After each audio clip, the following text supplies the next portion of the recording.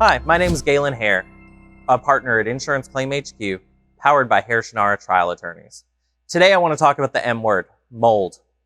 Mold is really scary to people that have just suffered a loss. But sometimes people don't seem to understand why mold is a risk, so I thought we should talk about how mold forms, why mold is dangerous, and what you should do about it. All mold needs to form are two things: water and light. That sounds weird because mold grows in the dark, right? But mold is going to use that moisture surface as well as any light that does penetrate to grow. This can happen even if your house didn't flood.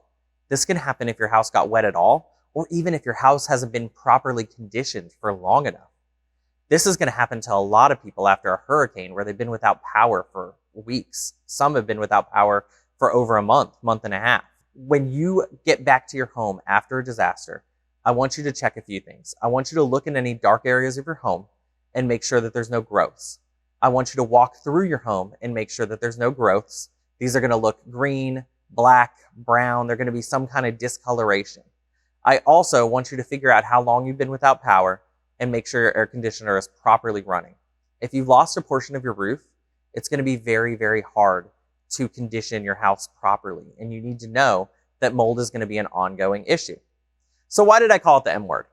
After a storm, you see all over Facebook, all over social media, don't use the word mold, use the word water damage. This is both good advice and terrible advice all at once. Some policies have something called a mold exclusion, which is why they're telling you that on Facebook. But the reality is, at least in Louisiana, if mold was caused by a covered loss, there's a significant chance you can still get it paid for. And this is important because mold can be dangerous.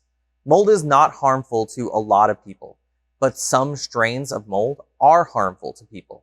And you need someone that understands how this works to properly advise you. For instance, an adjuster might come out and say, oh, that's harmless mold, but did they test it? Do they know whether it's Aspergillus penicillium or Stachybotrys?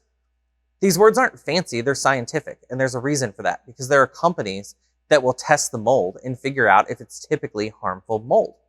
Even if it's not typically harmful mold, some people are particularly sensitive to it. We all have that friend that's always getting allergies. They should not live in a home full of mold. So if you have mold, it's important that you stop the spread of the mold. The best way to do that is going to be to get a water mitigation company to come in and tear out everything that's wet.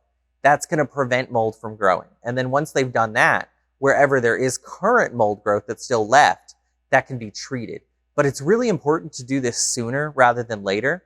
I really feel bad for my clients that have waited a year and then they call me and say there's mold everywhere, because it's going to be such an uphill battle to get rid of mold. So in conclusion, if your house has not flooded, I still want you to check very carefully for mold, because this can be important to your health and the health of your loved ones. If you have any questions about this or really anything for your claim, give us a call at Insurance Claim HQ. We'd love to help.